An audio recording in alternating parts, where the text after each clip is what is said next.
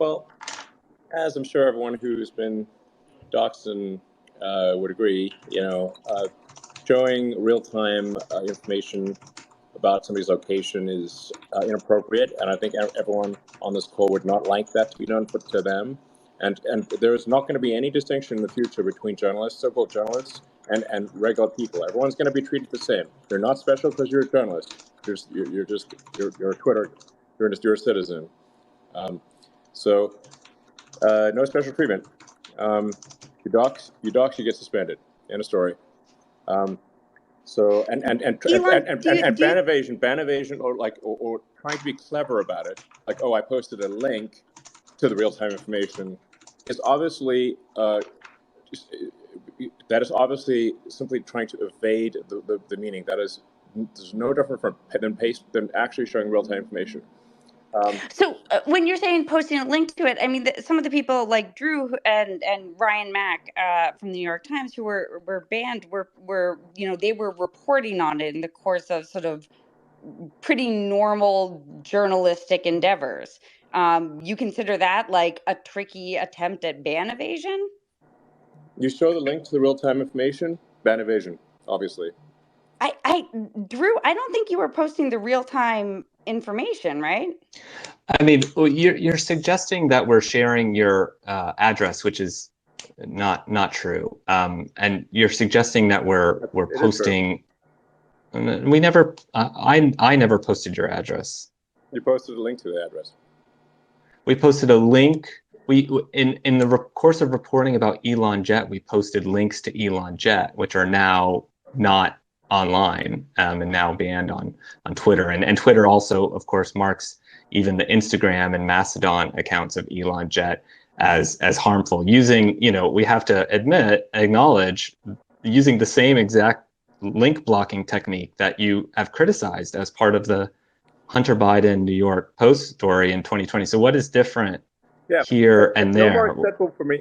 It's no more acceptable for me, for you, than it is for me. Same thing. So anyway.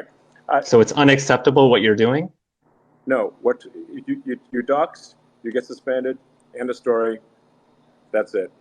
Elon Musk lifts Twitter suspensions after abruptly hanging up on Washington Post and BuzzFeed journalists, telling them, you dox, you get suspended. End of story. Elon Musk on Friday night reinstated 9 journalists he had suspended the day before from Twitter, 24 hours after he made a cameo appearance in a discussion to debate his decision, and then abruptly left the forum when challenged by reporters.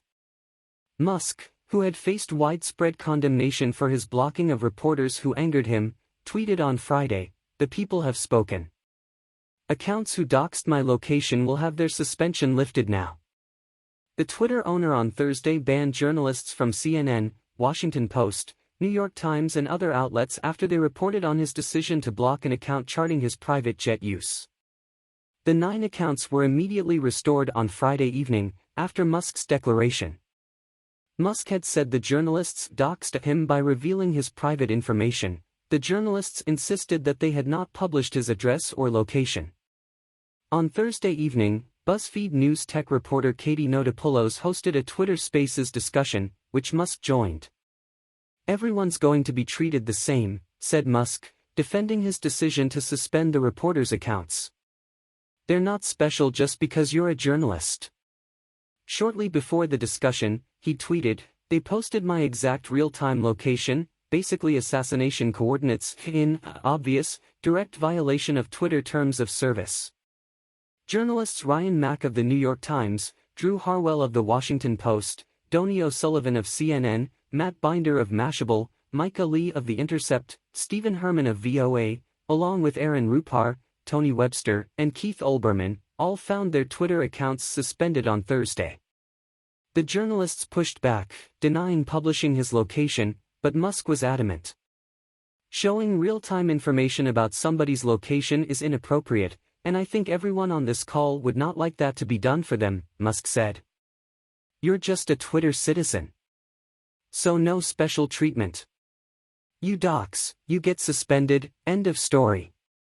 He added that ban evasion, or trying to be clever about it, like, "Oh, I posted a link to the real-time information," was not an excuse. Notopoulos pushed back and said that the journalists had simply reported about the account at ElonJet, highlighting how often he used a private jet, which Musk likened to assassination coordinates. "You consider that, like, a tricky attempt at ban evasion?" she asked.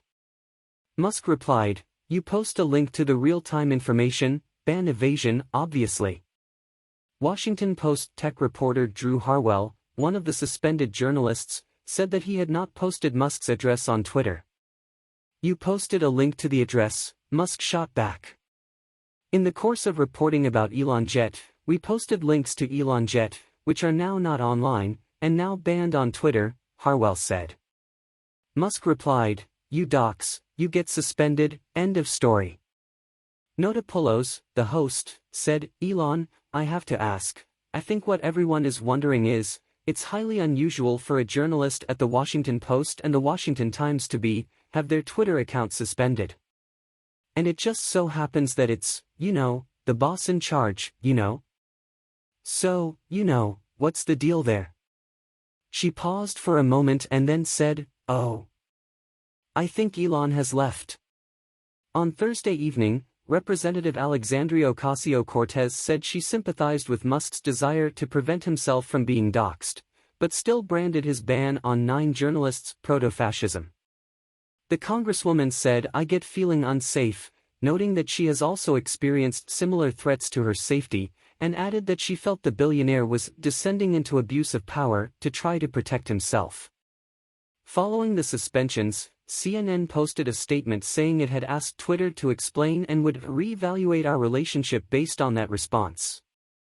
Some of the journalists appeared to have been suspended for tweeting links to the social media platform Mastodon, a Twitter alternative, where ElonJet tracked Musk's private jet with public information migrated after it was banned from Twitter yesterday.